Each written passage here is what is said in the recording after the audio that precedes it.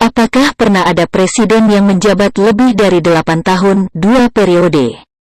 Satu-satunya presiden dalam sejarah Amerika yang melayani lebih dari 2 masa jabatan 4 tahun adalah Franklin Delano Roosevelt. Dia benar-benar menjalani 3 masa jabatan penuh serta 3 bulan pertama dari masa jabatan keempat sampai kematiannya pada tanggal 12 April tahun 1945. Batasan saat ini tentang berapa lama seseorang dapat menjadi presiden berasal dari Amandemen ke-22 yang ditambahkan ke Konstitusi AS pada tahun 1951 yang membatasi presiden pada 2 pemilihan presiden yang sukses. Amandemen tersebut membuat satu pengecualian. Jika seorang presiden menjabat di tengah masa jabatan orang lain, jika presiden meninggal, misalnya, dan seorang wakil presiden mengambil alih dan menjabat kurang dari 2 tahun, orang itu masih dapat mencalonkan diri 2 kali untuk pemilihannya sendiri. Tetapi jika presiden pengganti menjabat selama lebih dari 2 tahun masa jabatan pendahulunya, mereka hanya dapat dipilih untuk 1 kali masa jabatan presiden lagi. FDR tidak melanggar aturan itu, karena aturan itu tidak ada selama 162 tahun pertama sejarah bangsa, dari 1789 hingga 1951. Meski begitu, selama itu, dialah satu-satunya presiden yang menjabat lebih dari 2 periode. Sebanyak 13 presiden telah menjabat tepat 2 masa jabatan penuh, 8 dari mereka datang sebelum Roosevelt, George Washington, Thomas Jefferson, James Madison, James Monroe, Andrew Jackson, Ulysses Grant, dan Woodrow Wilson menjalankan masa jabatan mereka secara berturut-turut. Grover Cleveland menjalani 2 masa jabatan yang dipisahkan oleh masa jabatan 4 tahun Benjamin Harrison.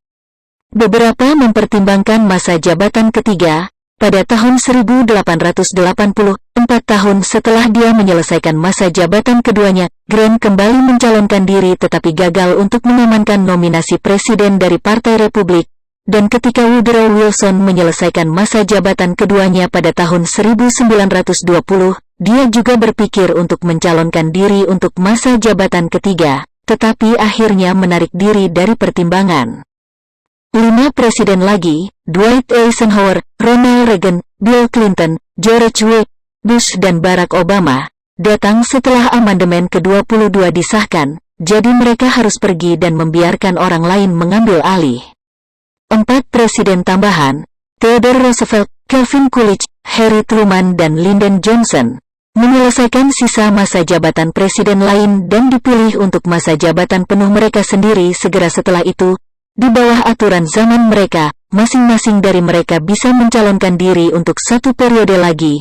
Beberapa memilih untuk tidak mencalonkan diri kembali, yang lainnya lari dan tersesat. Misalnya, Lyndon Johnson, yang mengambil alih setelah John F. Kennedy dibunuh pada tahun 1963, awalnya diadili untuk masa jabatan penuh kedua pada tahun 1968. Tetapi selama pemilihan pendahuluan presiden, ia menarik diri dari pertimbangan, sebagian karena penanganannya atas perang di Vietnam tidak populer dan mengancam peluangnya. Presiden melayani hanya 2 periode pada awalnya ditetapkan oleh Washington, presiden pertama negara itu. Bagaimanapun, Washington akan dengan mudah terpilih kembali jika dia memilih untuk mencalonkan diri untuk ketiga kalinya. Tapi dia menolak seruan publik untuk mencalonkan diri untuk masa jabatan ketiga sebagai presiden pada 1796.